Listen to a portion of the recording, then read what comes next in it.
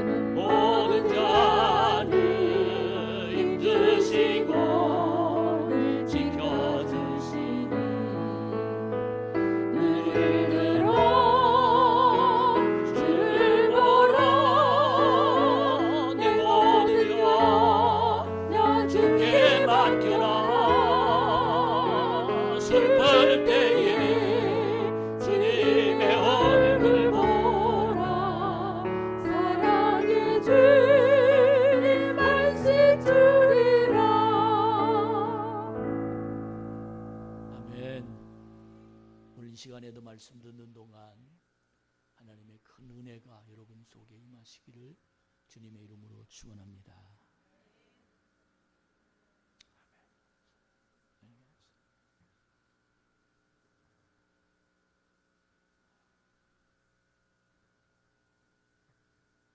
산삼을 캐는 사람들이 제일 하고 싶은 말이 있는데 그 말은 바로 신받다라는 말입니다. 신받다. 그들이 신받다라는 표현을 할 때면 정말 날아갈 것 같은 행복한 모습이고, 그들이 그 신받다라는 그 표현 속에서 그들이 인생의 길을 발견한 그런 놀라운 은혜의 모습이 아마 그들 마음속에서는 있게 될 것입니다. 많은 세상의 삶을 살면서 이 산삼을 캐는 사람처럼 신받다라는 말을 나도 좀 하고 살면 좋겠다 하는 생각을 가지고 있는 사람들이 많죠. 부도난 사람이 신받다라고 말을 하면 어떤 모습일 때 그는 신받다라고 표현할 수 있겠습니까?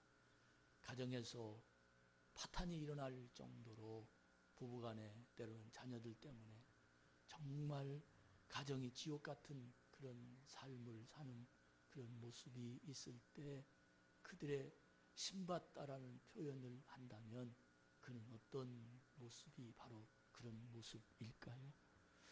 건강히 의사가 당신은 정말 의학으로는 도저히 안 됩니다 하는 그런 의급하고 때로는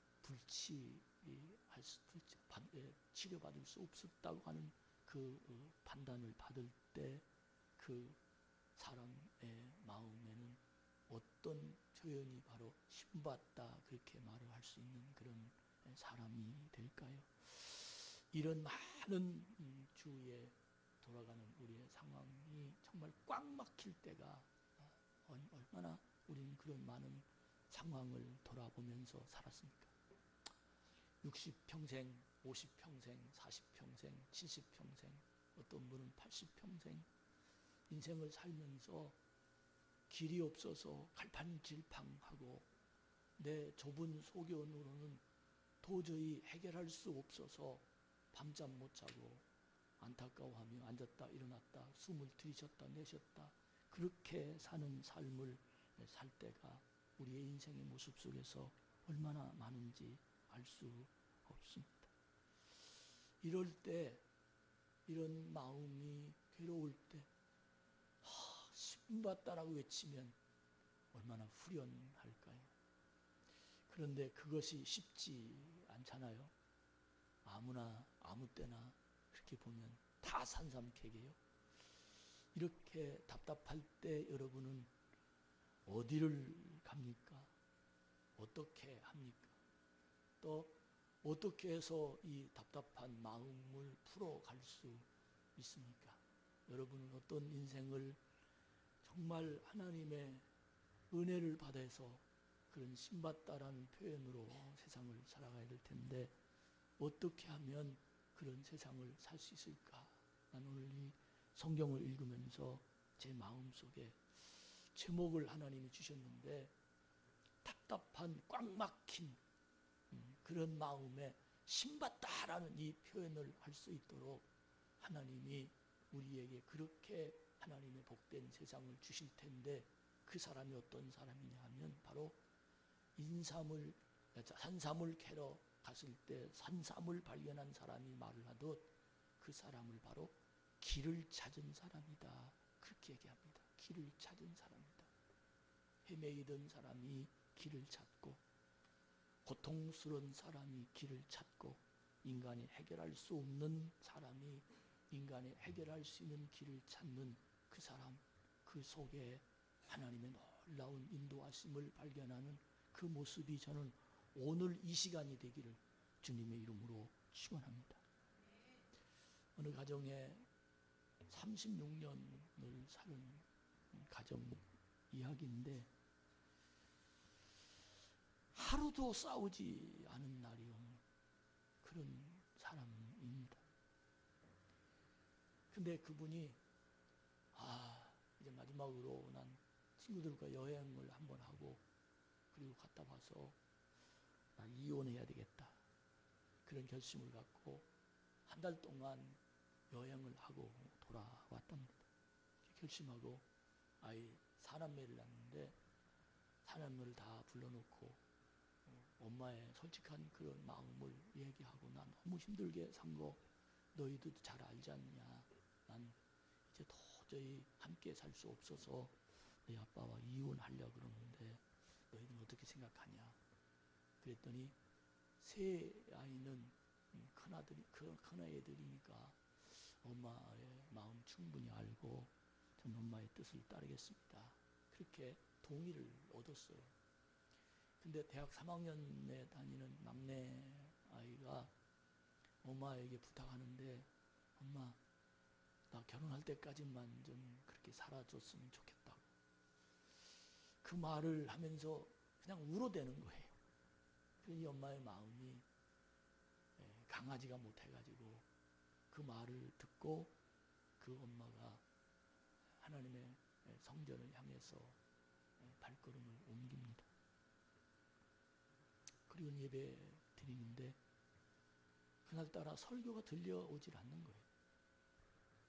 근데 설교 속에 유난히 크게 말하는 단어가 4단어가 그의 머릿속에 들렸는데 하나님의 사랑, 또 하나님의 형통하심, 또 하나님의 용서, 그리고 하나님의 동행. 이란 이 단어가 이 머릿속에서 그냥 툭툭툭툭 던져지는 그런 마음을 가지고 집에 돌아왔습니다.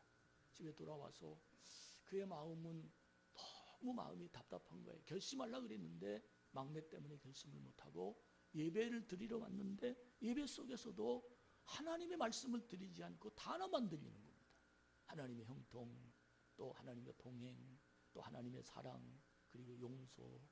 이 단어가 그냥 툭툭 던지는, 계속 그 단어가 그의 귓전을 때리는 겁니다. 이것이 바로 성령님이 그의 마음속에서 활동하신다라는 증거지요. 그러면서 계속 1시간이고 2시간이고 이 단어가 그의 머릿속에 가슴속에서 맴돌고 있는데 막 그러고 있는 차이에 목사님이 설교 시간에 하나님의 말씀을 들리는 그런 내용의 줄거리가 생각이 나는 거예요. 그 생각나는 한 문장이 있는데 그 문장이 어떤 문장이냐면 가정을 살리는 일이 국가를 살리는 일이다. 또 국가를 살리는 일이 창조주 하나님의 섭리에 동참하는 일이다 하는 이야기가 그의 마음속에서 이렇게 확 들어온 게 됩니다. 그러면서 성령님이 그의 마음을 감동시키는 거예요. 아, 그래. 내 생각대로 하려고 했던 그 마음이 하나님의 창조의 섭리에 함께하는 것이라는데, 그렇다면 우리 한번 가정을 살려보자. 그 마음이 그냥 얼었던 마음이 후끈후끈하게 그의 마음이 뜨거워지면서 부드러워지고, 그리고는 남편을 가만히 자기가 생각해 보니까 평소에 늘 느꼈던 이야기지만 남편하고 나하고 왜 이렇게 사이가 나쁠까? 왜 내가 대화가 안 될까? 그리고 한마디만 건너가면 왜 싸움을 할 수밖에 없을까? 하는 그 이야기를 평상시에도 생각을 했는데, 그 단어가 무엇 때문이냐면 남편의 그릇이 너무 커요. 그리고 자기 그릇이 너무 작아요. 그래서 남편이 무슨 일을 시작하면 대대적으로 시작하는 거예요. 그리고 망하는 거예요. 근데 자기는 그렇게 안 왔으면 좋겠어요.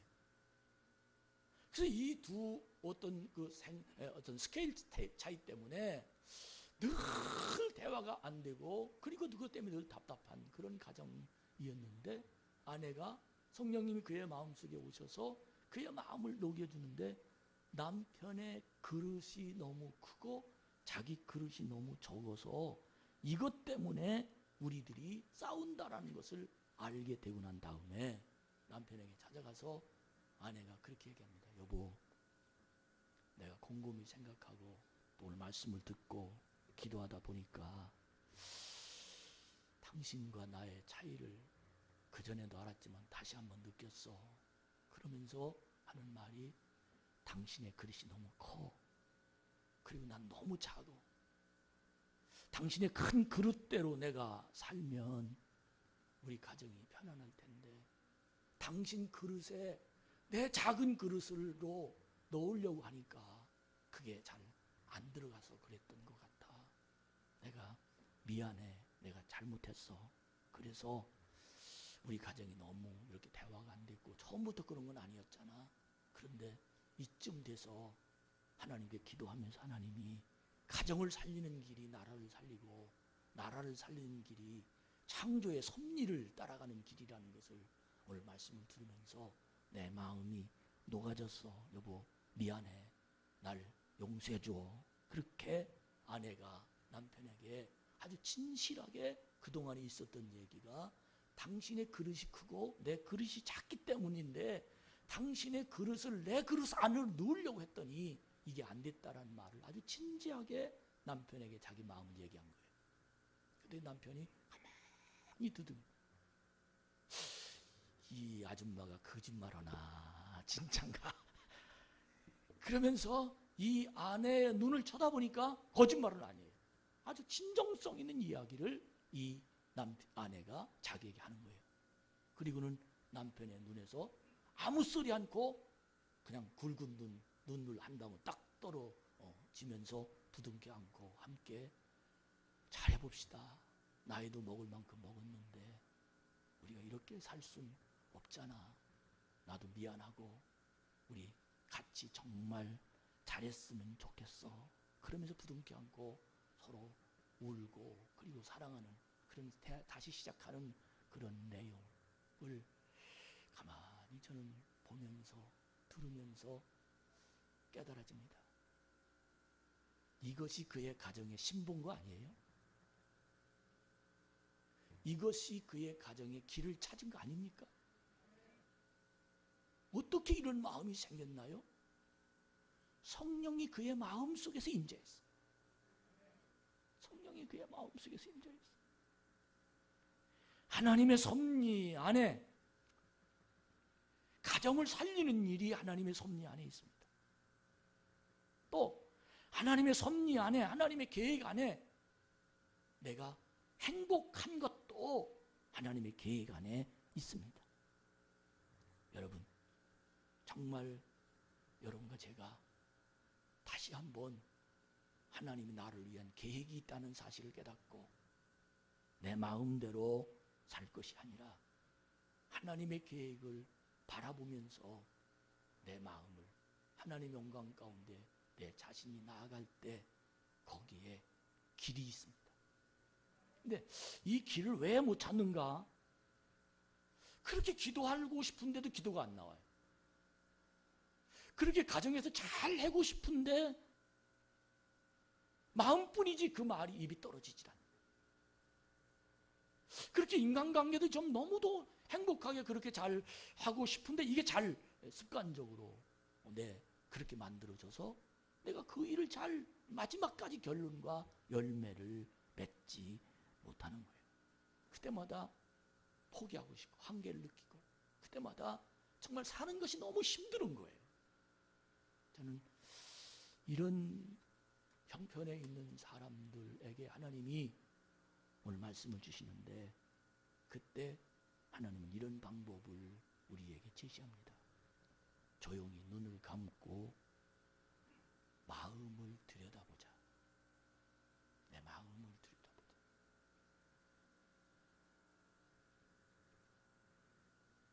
나를 움직이는 사람이 누구인가? 내 운전자가, 내 드라이버가 나를 움직이는 사람이 누구인가? 나인가? 아니면 내 남편인가? 아니면 내 자식인가? 아니면 하나님이신가? 사람은 운전하는 대로 움직입니다. 근데 문제는 내가 나의 인생을 운전하고 살면 길을 찾지 못할 때가 많습니다. 길이 없을 때가 많아요. 왜? 길을 모르니까. 길을 모르니까 내가 살아봤어야 내 길을 알죠. 경험 가지고 사실은 지각장애자가 하얀 지팡이를 짚고 가듯 내 인생의 미래를 어떻게 될지 모르니까 그래서 그 미래를 알려고 점쟁이를 찾아가고 누구를 찾아가고 뭐 이랬는데 사실 그 일은 온전할 수가 없습니다. 확률이죠. 많은 사람이 자기 인생의 운전을 자기가 하고 결국은 책임질 수 없어서 나자빠지는 그런 경우가 얼마나 많은지 알 수 없습니다. 어떻게 해야 됩니까? 오늘 하나님은 우리에게 이 말씀을 하십니다. 그 운전대를 성령님께 맡겨라. 내 운전대를 하나님께 맡겨라. 이것이 신앙입니다. 이것이 길을 찾는 지혜입니다. 이것이 하나님의 사람으로 세상을 사는 사람들이 가지고 있는 능력입니다. 하나님 앞에 운전대를 맡기고 하나님 길을 찾아주세요. 하나님의 내비게이션은 내 머릿속에 담아있는 내비게이션보다는 좋은 겁니다. 인간은 찾을 수 없어도 하나님은 나의 길을 찾아주시는 하나님이심을 다시 한번 여러분 오늘 말씀 속에서 깨닫고 찾는 자가 되기를 주님의 이름으로 축복합니다. 하나님이 나의 주인 되어 내 인생을 운전하신다면 내 마음이 용서의 마음이 담아있고 내 마음이 사랑의 마음이 담아있고 내 마음이 새 힘, 사람의 힘이 아닌 어디서부터 주시는 그 힘, 그의 힘이 내 마음 속에 담아있도록 하나님 나를 주장해 주십니다. 어느 분이 사업하시는데 아주 수십억 재산을 가진 큰 사업가는 하지만 중소기업을 하는 그런 분이에요. 근데 조카가 어느 날 갑자기 와서 삼촌 저 사업을 하는데 좀 어려움이 있습니다. 그러니 저한테 돈 좀 빌려주시죠. 그래서 얼마를 빌려줬으면 좋겠냐 했더니 1억을 빌려달라는 거예요. 언제 갚을래? 6개월을 말미를 줬어요. 6개월 됐는데도 안 갚는 거예요. 조카가. 삼촌이 화가 났어. 오라 그래. 왜 안 갚니? 돈이 좀 없어요. 어떤 날까지 한 달 후에 또 안 갚는 거예요. 그리고 사라졌어요. 없어져 버렸어요. 사라져 버렸어요. 그래가지고 이 삼촌이 화가 나가지고 그 조카를 찾아 나서는데 어디 또 친구 만나, 누굴 만나, 심지어 다른 나라까지 가서 만나 그렇게 2달을 그 조카 1억 받으려고 쫓아다니다가 결국은 뇌진탕으로 쓰러졌어요. 그런 병원에 가서 돌아가셨어. 근데 그분 재산이 수십억이야. 그러니까 1억 받으려고 수십억 그냥 아무것도 아닌 게 되는 거예요. 사람들이 웅성웅성 하는 거예요. 그 1억 받으려고 왜 그렇고 쫓아다니다가 왜 죽어? 소문은 다 났으니까. 그분이 왜 그렇게 했을까요? 주인이 자기야. 운전을 자기가 한 거야. 만약에 운전을 하나님이 하셨다면 하나님이 그렇도록 그를 내버려 두지 않으셨을 겁니다. 하나님은 그를 잘 인도하고 안내해서 하나님의 적법한 하나님의 계획이 그의 인생을 주장해 주셨을 줄 저는 그렇게 믿습니다. 오늘은 성령 강림절입니다. 앞에 빨간 뜰이 있는데 이 내용의 뜻은 하나님의 성령이 임재가 오늘 이 강단을 통해서 시작이다 하는 그런 마음으로 이제 성령의 절기를 맞는 그런 한 해의 교회력을 여러분에게 표시한 내용입니다. 성령님이 여기 계시고 성령님이 나를 인도하시고 성령님이 나를 오늘 또 감동시켜 주시고 감화시켜 주시어서 나의 주인으로 모시면 그때부터 성령님이 어느 캄캄한 곳에 도착하고 도달한다 할지라도 인간의 힘으로 도저히 아무것도 할 수 없는 그런 환경 가운데 있다 할지라도 성령님이 나의 주인 되어 주시어 내 인생을 운전자가 되어 주신다면 그분이 길을 찾아주시는 하나님의 역사가 일어나게 될 줄로 믿습니다. 안녕하세요. 성령님이라는 책을 지은 레릴이라는 박사님 목사님이 그의 책에서 그분이 성령님을 만납니다. 성령님을 만나가지고 너무 신나는 거예요. 너무 행복한 거예요. 너무 감사한 거예요. 전에는 너무 답답했어요. 안 되는 것만 보았어요. 정말 절망이다. 왜 나는 자꾸 이런 사람들을 만나냐? 왜 나는 되다가도 늘 막히냐? 이런 답답한 그런 마음을 가지고 인생을 산 그분이었는데 성령님 그분에 오셨던 거예요. 얼마나 행복한지. 다 성령님과 대화가 되는 거예요. 왜? 성령님은 인격적인 분입니다. 그래서 그분은 늘 강단을 올라가도 집을 들어가도 그 사람들은 속으로 하잖아요. 속으로. 성령님 올라가세요. 이렇게 속으로. 근데 그분은 성령님 안녕하세요. 성령님 올라가시죠. 성령님 식사 먼저. 이게 사람들이 이상하게 생각했어요. 아니 뭐 저래? 뭐 믿음이 저래? 그런데 그분의 마음은 진실이에요. 그래서 성령님이 언제나 자기를 이끌어 가시고 자기를 인도하시고 자기에게 무슨 일을 당할 때든지 지혜를 주시고 사람을 붙여주시고 하나님이 뚫어주시는 그 일을 그분은 늘 마음속에서 느끼며 살아갑니다. 여러분 이상하게 들릴지 모르지만 성령이 나와 함께 계시면 그분을 존중해드리면 그분은 나를 인도하시는 전능하신 분이심을 믿으시기 바랍니다. 기도하면 능력을 그분이 주십니다. 그분은 기도를 기다리고 계십니다. 그분은 나에게 무언가를 질문할 것을 기다리고 계십니다. 그때마다 우리에게 나침판처럼 방향을 가르쳐 주시고 내 인생의 내비게이션처럼 목적지를 쳐놓으면 그분은 소리 없이 나를 이끌어가는 그런 하나님의 은혜가 바로 성령께서 가지고 계시다는 길을 생각해 보면서 내 주인을 더 이상 내가 운행하지 말고 성령께서 운행하는 하나님의 역사가 있기를 주의 이름으로 축원합니다. 할머니 한 분이 보따리를 날마다 그렇게 이고 다니세요. 한 보따리 어디를 가든지 그리고 어디 가든지 그 보따리를 꼭 이렇게 지고 있어요. 그래서 사람들이 정신이 약간 이게 도로운 사람 아닌가? 왜? 대부분 정신이 돈 사람은 보따리 갖고 다녀요. 그것도 비 오는 날은 더 크게 지는 거죠. 근데 그분은 그런 사람은 아니었어요. 근데 경찰 한 분이 그 할머니를 뵙고 참 너무 안타까워서 그 할머니에게 질문을 했답니다. 할머니, 이 보따리 속에 뭐가 들었어요? 그랬더니 다른 사람 같으면 안 알려줄 텐데 누가 질문했다고요?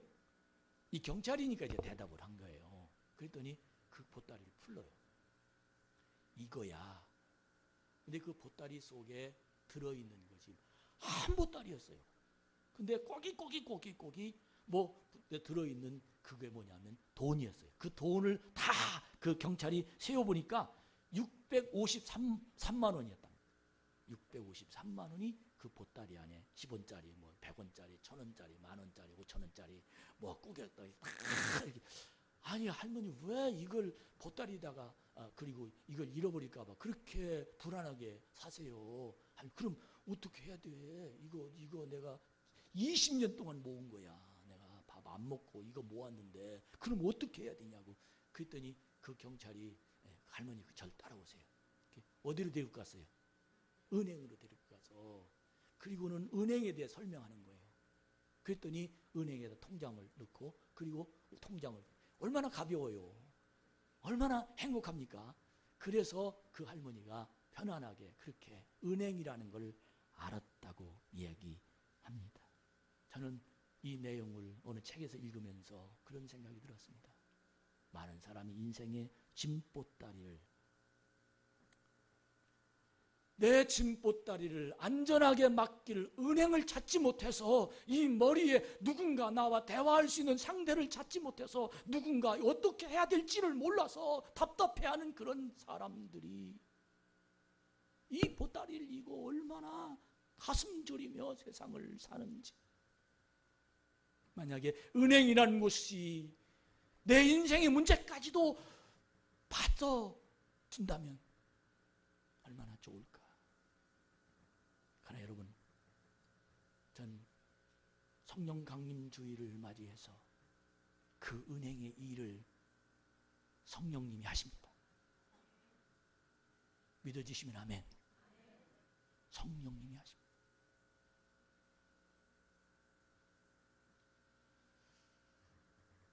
군인이 아니면 자기 중대장이나 대대장이나 자기 의 선임이 불러도 일반 사람은 안 갑니다. 왜?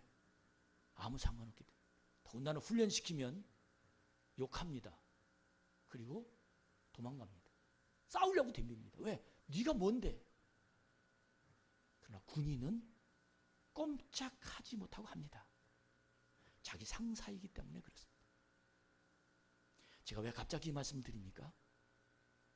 여러분이 그리스도인이 아니면 성령님의 능력을 모실 수 없습니다. 이 말을 해도 이해를 하지 못합니다. 그러나 그리스도인은 성령님의 말만 들어도 그분을 주인으로 모시기를 소원합니다. 모시옵소서. 구경꾼은 군인이 아닌 사람과 똑같습니다. 하나님의 성전 안에서 주인인 성령님을 모시라는 이 말을 구경꾼이 들으면 웃기는 말로 듣습니다.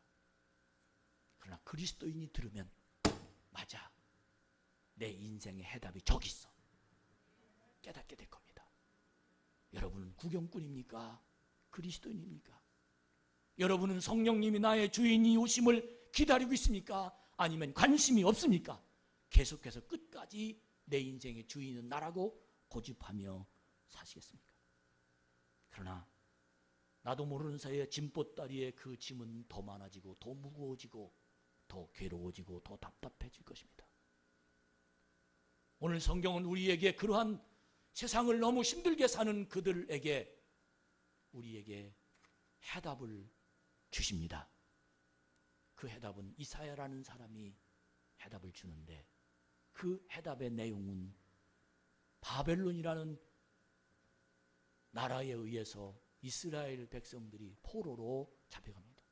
70년이나 노예로 살았습니다. 돈을 벌어도 뺏어가고 농사져도 뺏어가고 사람이 아닙니다. 짐승으로 대합니다. 그렇게 인권이 없습니다. 그들은 그렇게 세상을 살았습니다. 하나님은 이사야 선지자를 통해서 너는 내 백성이다. 너는 내 자녀다. 너는 내가 절대 놓지 않는다. 너는 내 축복하는 사람이다. 그러나 그들은 그 말을 믿지 않았습니다. 듣지 않았습니다. 그 속에 하나님의 사람에 대한 자긍심, 정체성이 그들은 없기 때문입니다. 저는 2018년 5월 셋째 주 성령 강림 주일을 맞이하며 이사야가 이스라엘 백성들에게 오늘 이 메시지를 전하듯 하나님은 이종천 목사를 통해서 여러분들에게 짐보따리를 머리에 이고 다니는, 그리고 인생이 너무 답답해서 아무 길을 찾지 못해서 끊임없이 외로워하고 괴로워하고 답답해하고 문제투성인 이 세상을 사는 여러분들에게 성전은 왔다 갔다 하지만 이 성전에서 무엇을 아무것도 느끼지 못하고 감동을 받지 못하는 여러분들을 보면서 하나님의 메시지를 주시는데, 그 메시지가 무슨 메시지냐면 길을 찾으라는 겁니다. 길을 찾으라. 교회는 길을 찾는 곳입니다. 하나님은 나에게 길을 가르쳐 주시는 분이십니다. 성령님은 내 인생에 어떤 문제든지 나에게 해답을 주시는 분이십니다.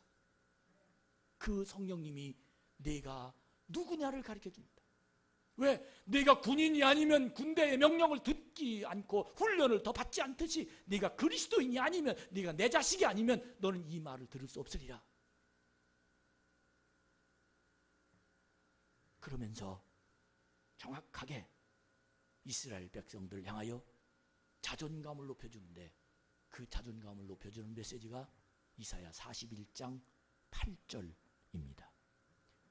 눈을 들어 그러나 나의 종도 이스라엘아, 내가 택한 야곱아, 나의 벗 아브라함의 자손아.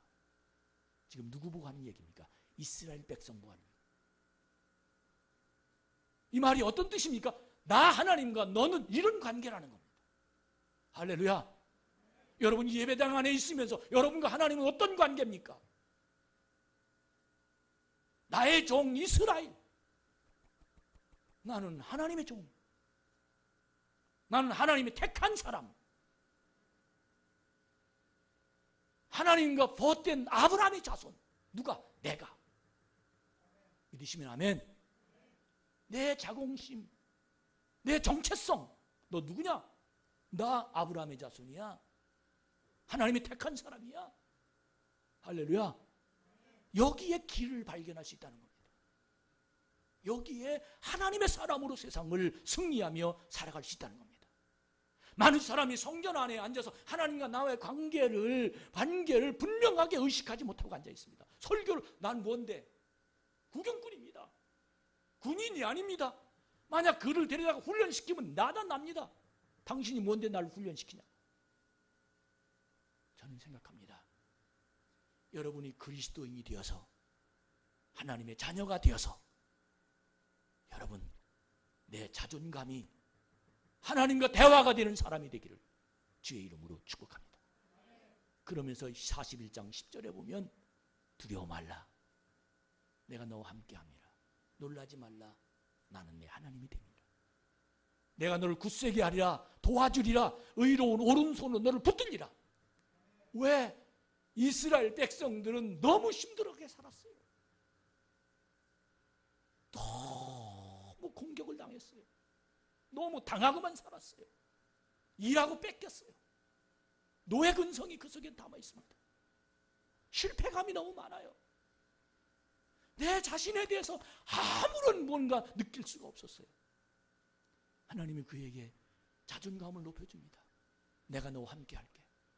누가? 하나님이. 그 하나님이 어떤 전능하신 자가, 못하실 것이 없는 분이 내가 함께 한다는 거예요.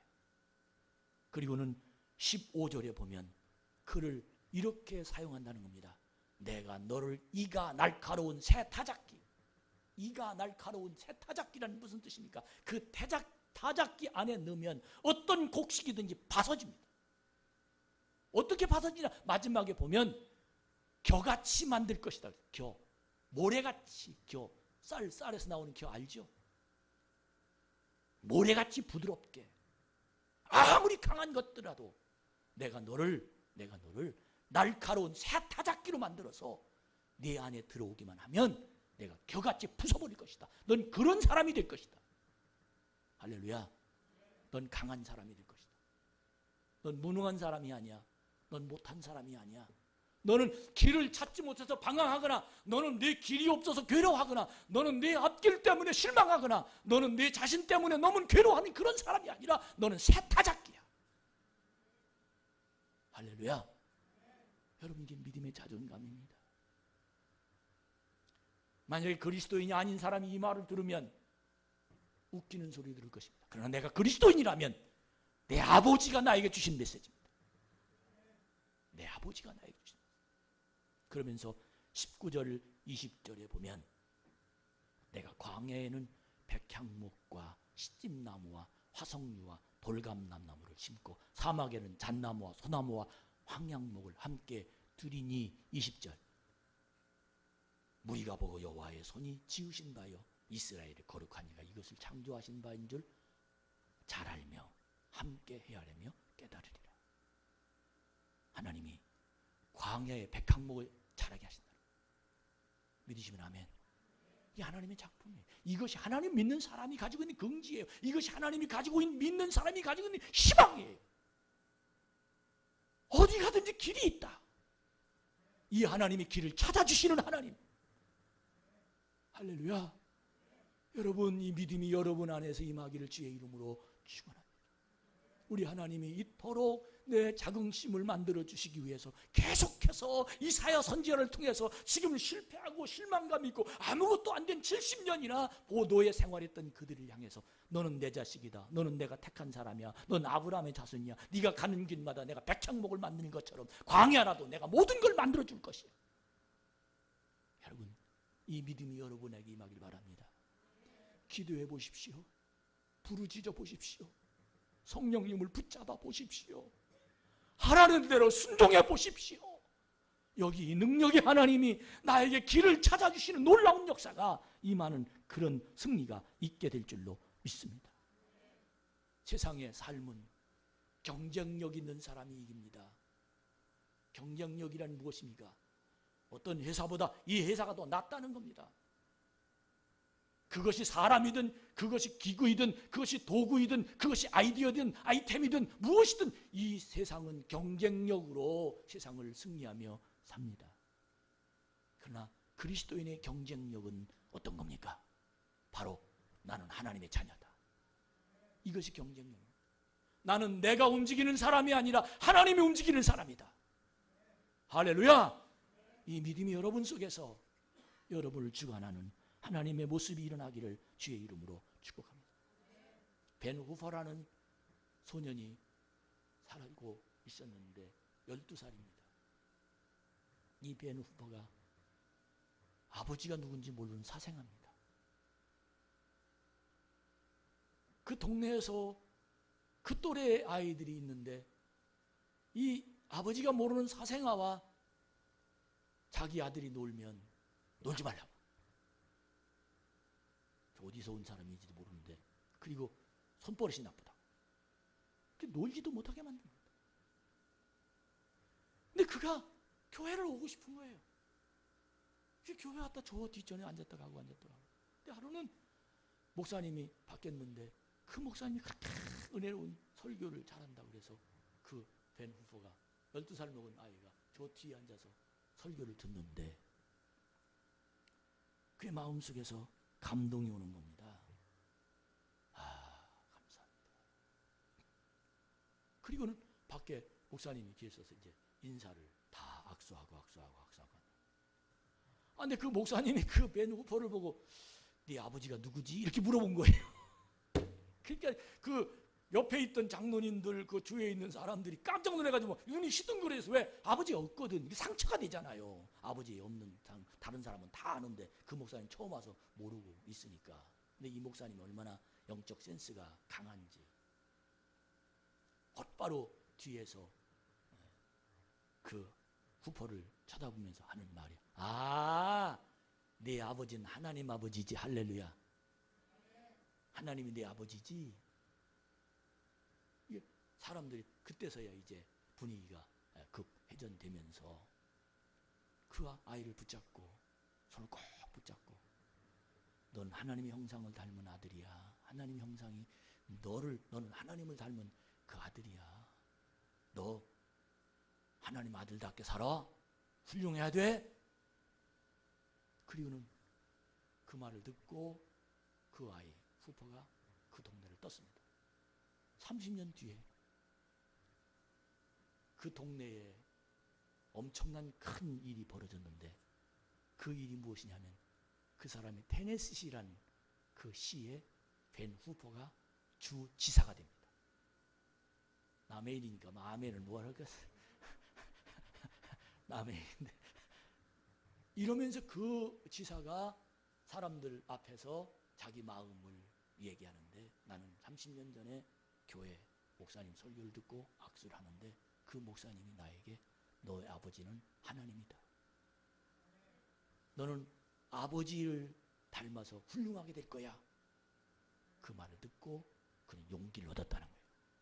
나는 그날이 내 인생의 삶의 완전히 반전이 되는 기회가 됐습니다. 난 하나님 아버지가 날 여기까지 인도했습니다. 이러면서 사람들 앞에 간증하는데, 하나님 아버지에 대한 위상이, 하나님 아버지로 모신 그 후포가 사람들에게 하나님 아버지의 역사가 일어나는 증거자가 되어서 사람들 마음속에 하나님 아버지의 능력을 전달해 주었던 겁니다. 사랑하는 우리 참 좋은 교회 성도 여러분, 여러분의 아버지가 하나님이십니까? 다시 한번 내 인생을 되돌아보세요. 내 인생의 주인이, 운전자가 나입니까? 하나님이십니까? 난 해도 안 되는 사람, 됐다가 또 안 되는 사람, 어떻게 해야 될지 모르는 사람, 분명히 자기가 운전할 겁니다. 하나님께 맡깁시다. 하나님이 하실 거예요. 하나님이 하실 거예요. 하나님이 하시면 길을 찾습니다. 그분은 나에게 길을 찾아주시는 하나님이심을 저는 분명히 믿습니다. 여러분, 전 요즘에 신방을 합니다. 인물 신방을 합니다. 어떤 사람을 성경을 읽고 그 인물을 소개합니다. 왜? 그 사람이 그와 같은 사람이 되게 하기 위한 축복하고 싶어서. 간절하게 그 사람의 특성, 그 사람이 가지고 있는 능력, 그 사람이 받은 복, 그리고는 머리에 손을 얹고 축복합니다. 하나님의 감동이 그의 가정을 통해서 일어날 줄로 믿습니다. 성도는 이 강단을 통한 하나님의 메시지가 전달되지 않으면, 담임 목사를 통한 하나님의 축복이 그 속에서 전달되지 않으면, 그는 하나님을 구경꾼으로, 멀리 계신 분으로 밖에 볼 수 없을 것입니다. 하나님 내 아버지십니다. 여러분, 이 모습이 여러분과 저의 가슴 속에 넣으시기를 축원합니다. 그렇지 못하면 653만 원 머리에 이고 날마다 그렇게 힘들게 살 수밖에 없을 것입니다. 내 하나님, 나를 축복하신 하나님, 그 하나님이 여러분의 아버지임을 믿고 내 인생의 길을 찾도록 그분께 맡깁시다. 우리 267장 찬송, 주의 확실한 약속의 말씀 듣고 이 찬양 하나님께 부르면서 하나님의 약속이 여러분 가슴 속에서 다시 한번 성령님으로 오시기를, 이 찬송 부르면서 성령님 약속을 붙잡는 시간이 되기를 바랍니다.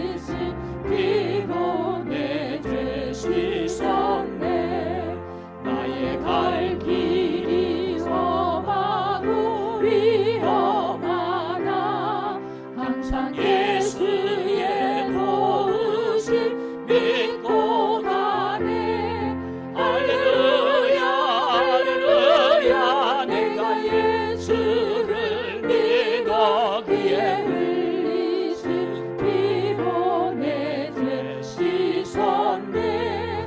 할렐루야 할렐루야. 내가 예수를 믿어 그의 흘리신 피로 내 죄 씻었네. 주의 보좌에 천사들 둘러서서 우리 구주를 높이어 찬양하네. 할렐루야 할렐루야. 내가 예수를 믿어 그의 흘리신 피로 내 죄 씻었네. 할렐루야 할렐루야. 내가 예수를 믿어 그의 흘리신 피로 내 죄 씻었네. 5절 우리 모두 다 그 반열 뒤따르며 함께 즐거운 찬송을 부르리라. 할렐루야 할렐루야. 내가 예수를 믿어 그의 흘리신 피로 내 죄 씻었네. 할렐루야 할렐루야. 내가 예수를 믿어 그의 흘리신 피로 내 죄 씻었네. 이 시간 다 같이 그 성령님을 마음에 초청하는 시간이 되길 바랍니다. 성령님이 나에게